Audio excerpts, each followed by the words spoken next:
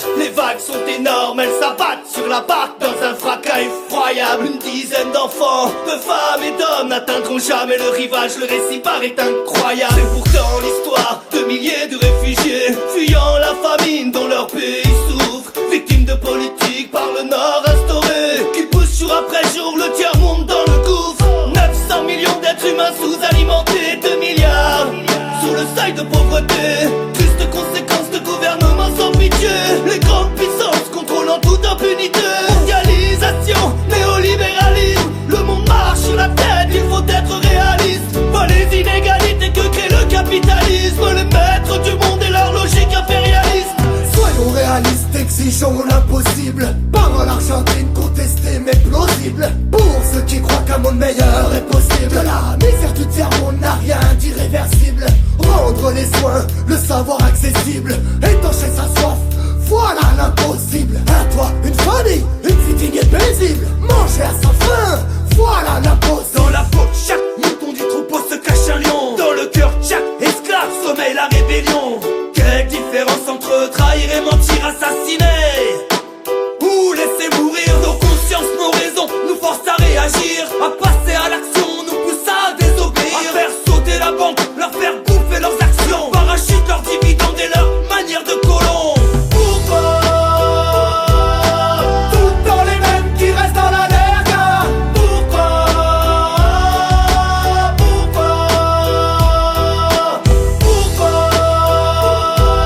pendant que certains ont tout, les autres n'ont pas?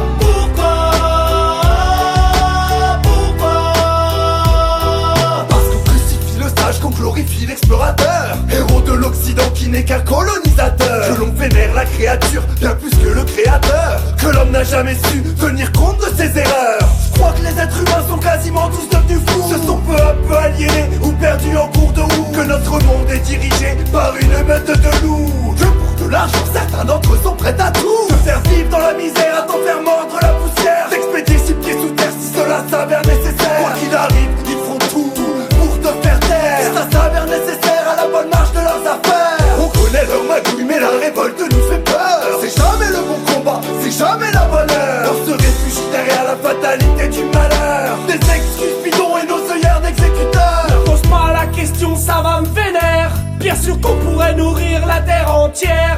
On a tous crié à qui profite l'enfer. Il laisse crever nos petits trosses et nos petits frères.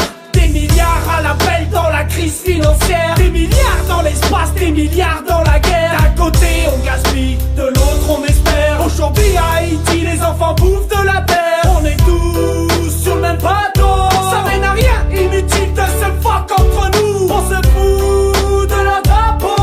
On manque tous un peu d'air quand un seul suffoque parmi nous. Les puissants ne font rien, la misère sert leur but. Prêche le tout puissant mais adore même ses buts. Des millions de vies, des millions de rêves qu'on ampute pour la fortune et la gloire de quelques fils de pute.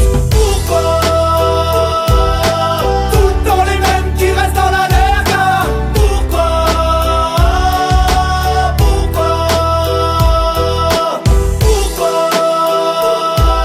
pendant que certains ont tout, les autres n'ont pas? Pourquoi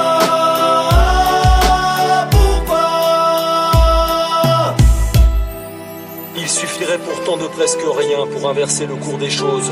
44 milliards de dollars, une goutte d'eau comparée aux 700 milliards du seul plan de sauvetage des banques américaines.